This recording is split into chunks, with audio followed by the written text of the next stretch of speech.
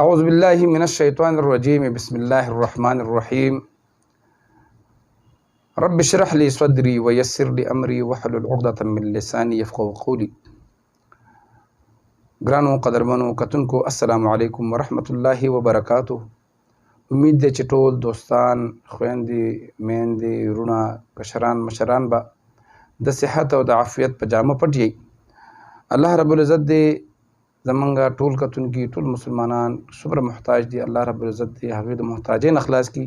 څوک قرضداري یا الله دې هغوی د قرض خلاص کړي. څوک بې ګناه بندیان دي هغوی د الله د جیل نه د بند خلاص کړي او مریضانو شفای کامله دې الله ټول لور کړي.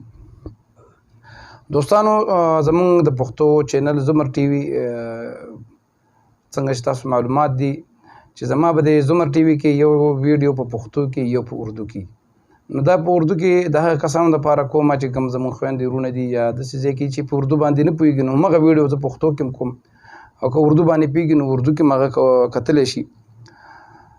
زه نن کوم عمل سره چې تاسو په خدمت کې حاضر شوی یم ډېر بهترین عمل دی او دا دی د څه دپاره د قرضې دپاره چې چا باندې قرض ډېر سیوا وي نو هغې دا عمل کولی شي انشاء الله العزیز. که څومره ډیر قرض مر باندې وي نو الله رب العزت به د خپل د دې نمونه په برکت باندې الله به ختمي او دا داسې عمل دی چې دا د هر انسان ضرورت دی. نو زما چې کم خویندې دي او وروڼه دي کشران دي هغوی داسې حاجت لري نو هغوی که دا تسبیح روزانه کوي نو هغوی به که دا قرضه د غرونو وي بې شمېره دا دې نه وایي ځکه چې الله رب العزت ډېر لوی غني بادشاه دی. هغه مونږ یو چې موږ سره د پیسو حساب کتاب وي چې یاره دا پیسه به کمه شي او دا الله رب العزت څخه خزانې چې کومې دي هغه د بادشاهانو بادشاهي ټول دنیا بادشاهان چې راغونډ کړي د هغوی مال دولت راغونډ کړي د الله رب العزت د بادشاهۍ ذرې ته هم نشي رسېدلی. نو هغه دوستان چې چا باندې قرضونه او د قرضدار د وجې نه هغه پریشان نو هغوی دې دا درې نومونه چې کوم تاسو ته مخکې ښیم دا به تاسو یو تسبیح لکه څومره چې 10 دانې دي که 10 دانې مې خو زړونه چې وي او په عاجزۍ سره وي الله رب العزت به پوره کوي. دا درې اسماء مبارکه چې کوم دي هغه دا دي که دا څوک ووایي بېروزګار یې الله به روزګار ورکوي. که څوک قرضدار یې د هغې قرض به ختمیږي. که دا قرض د 1 روپۍ نه واله تر 1 کروڑ روپو پورې وي الله به ختموي.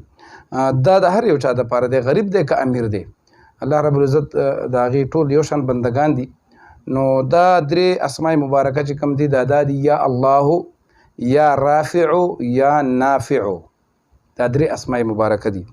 دا که چا مالی تنگ دستی وي قرضدار او تنگ کړی وي دا د روزانه خپل معمول جوړ کړي هر مانځه نه پسې سلسل پیرې ویلی شي انشاء الله العزیز د الله مدد به په خپل سترګو وګوري او الله رب العزت به د غیب نه داسې مدد وکړي چې دا به د قرض نه خلاص شي. نو زما ګرانو کتونکو زما چینل سبسکرایب کړئ مخکې ملګرو سره زما دا ویډیو شیر کړئ. خپل ډیر زیات خیال ساتئ د خپل ګاونډیانو خیال ساتئ د خپل چارچاپېرچل خیال ساتئ. ما ته هم دعاګانې کوئ. د بلې ویډیو پورې اجازت غواړم د لوی الله په امان.